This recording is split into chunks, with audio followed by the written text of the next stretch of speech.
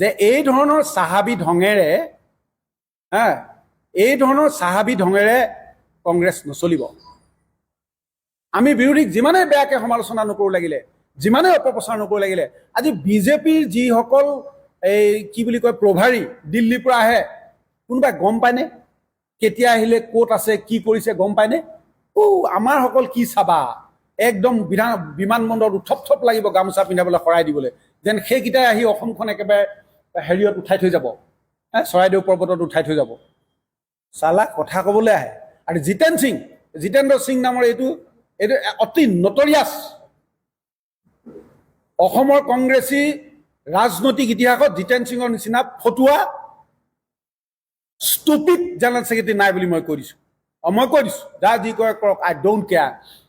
ৰেজিগনেশ্যনটো দিলোৱেই যেতিয়া, জুবিন দাই ক'ব নিচিনা ঘেণ্টা মই এতিয়া কাকো কেয়াৰ নকৰোঁ। কেৱল গণবিচ্ছিন্ন, কেৱল তুষ্টিকৰণ, কেৱল তৈল্যমৰ্দনৰ ৰাজনীতিত মই অতিষ্ঠ হৈ মই আজি কংগ্ৰেছ দলৰ পৰা আনুষ্ঠানিকভাৱে পদত্যাগ কৰিছোঁ বুলি ঘোষণা কৰিলোঁ। আৰু এই পদত্যাগ পত্ৰ মই অলপ সময়ৰ পাছতে সভাপতি গৌৰৱ গগৈ ডাঙৰীয়ালৈ প্ৰেৰণ কৰিম। এইখন মোৰ পদত্যাগ পত্ৰ।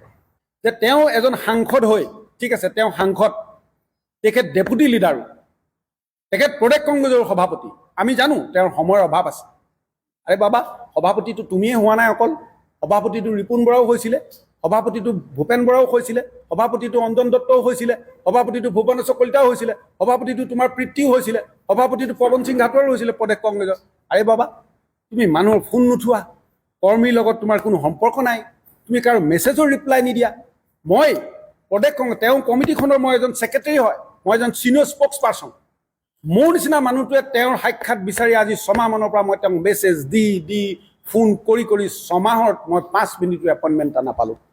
তেতিয়াহ'লে কোনে এপইণ্টমেণ্ট পাব? তেওঁ কাৰ লগত কথা পাতিব? তেওঁ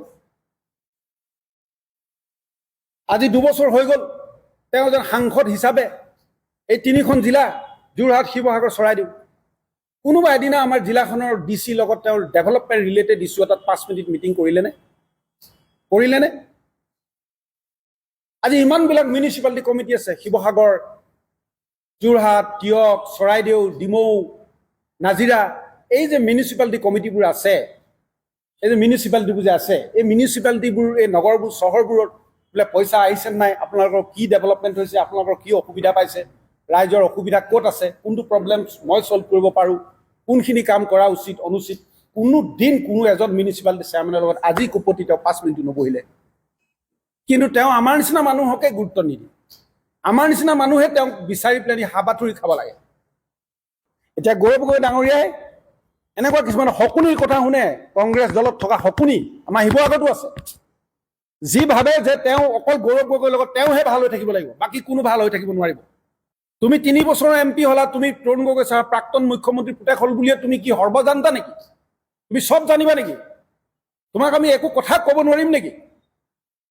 আৰে বাবা, আমি ইংলেণ্ড, আমেৰিকা বা অন্য কেম্ব্ৰিজ, কেলিফৰ্ণিয়া বিশ্ববিদ্যালয়ৰ মেনেজমেণ্টৰ ডিগ্ৰী আমাৰ নাথাকিব পাৰে, কিন্তু সুদীৰ্ঘ 33 বছৰ কাল কংগ্ৰেছত আছোঁ, সুখত আছোঁ, দুখত আছোঁ, মানুহৰ ঘাত প্ৰতিঘাত বিভিন্ন সমস্যাৰ মাজত আমি থিয় দি আছোঁ, ধুমুহাকো আওকাণ কৰি থিয় হৈ থাকিলোঁ।